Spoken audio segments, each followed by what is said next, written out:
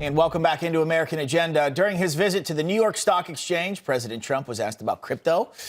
Here's what he said. Your embracing of crypto, very different from the previous administration. Strategic Petroleum Reserve like for crypto? Yeah, I think so. We're going to do something great with crypto because we don't want China or anybody else, and not just China, but others are embracing it, and we want to be the head. And joining us now to discuss, crypto educator and podcast host Randi Hipper, plus economist from the American Institute for Economic Research, Paul Mueller. Welcome to both of you this Friday afternoon. Randi, I'm going to start with you here.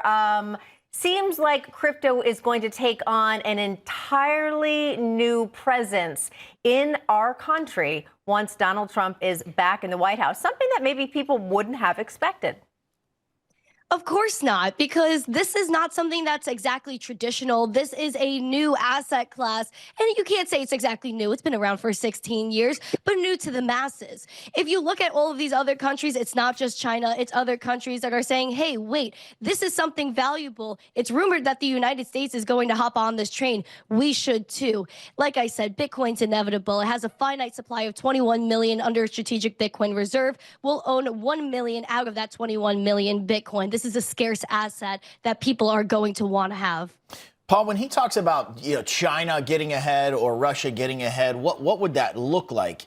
What does the infrastructure have to be? Is it just a Bitcoin reserve or is it more?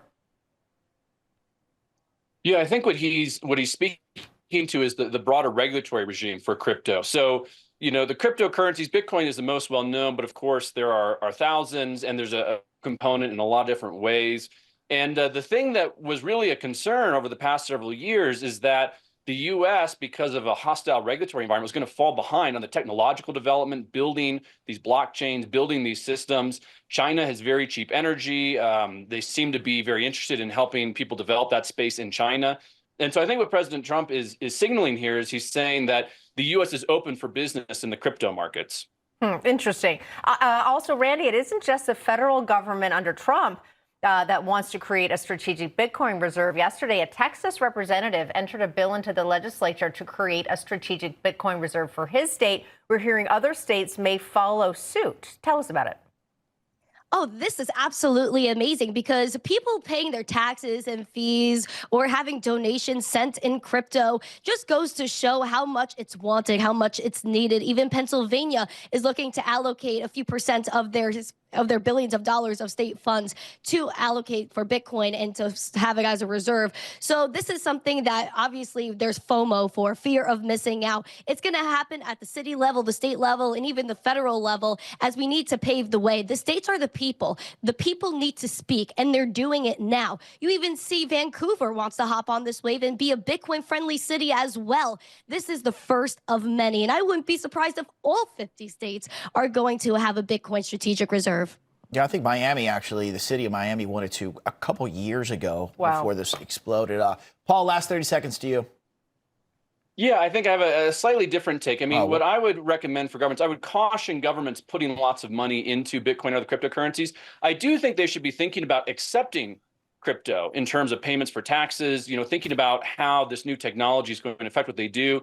But the value does fluctuate significantly. And, government's jobs are not to build up large supplies of assets. It's to sort of manage public services, take in tax revenue, spend it. I do think there are ways they can be more crypto friendly. They can accept crypto and payment of taxes. They can hold it, but I don't think they should be going out and buying significant amounts of it because that's going to distort the market. And then if Bitcoin has like a drawback, even if it's temporary, a lot of people are going to have egg on their face. So I think this should be more of a structural change as opposed to going out and trying to acquire a lot of crypto assets. Wait, we have more time. Yeah, we actually do. Surprise. Randi, okay, I'm going to go back to the basics here because, again, we get into these discussions and a lot of people watching who are not familiar with crypto and Bitcoin might be saying, oh, I don't know. I have no idea what you're talking about. So take us kind of back. Give us like a brief sort of crypto Bitcoin 101. What is it and how do you get involved and use it? Well, Bitcoin is a digital currency. It's a decentralized digital currency, which doesn't mean much other than the fact that there are no intermediaries. Think of it as handing $1 from me directly to you in person. There's no one saying no. There's no one giving approval. It's just a peer-to-peer transaction. Now, what makes Bitcoin different than, let's say, fiat or dollars is the fact that it has a finite supply of 21 million. There will only ever be 21 million Bitcoin. So when you go to, let's say, a cryptocurrency exchange, think of it as going to the airport and exchanging, let's say, your dollars for euros. You're going to the airport saying, here's my dollars. Thank you for my euros. You take it from the exchange and you put it in your digital or in your physical wallet and you go spend as is. That's all it is digital currency. And there's a scarce amount. So that's where people think of it as a store of value, as it is, again, the best performing asset out of the last 14 to 15 years and up over 120% in the past year. That was impressive. A+.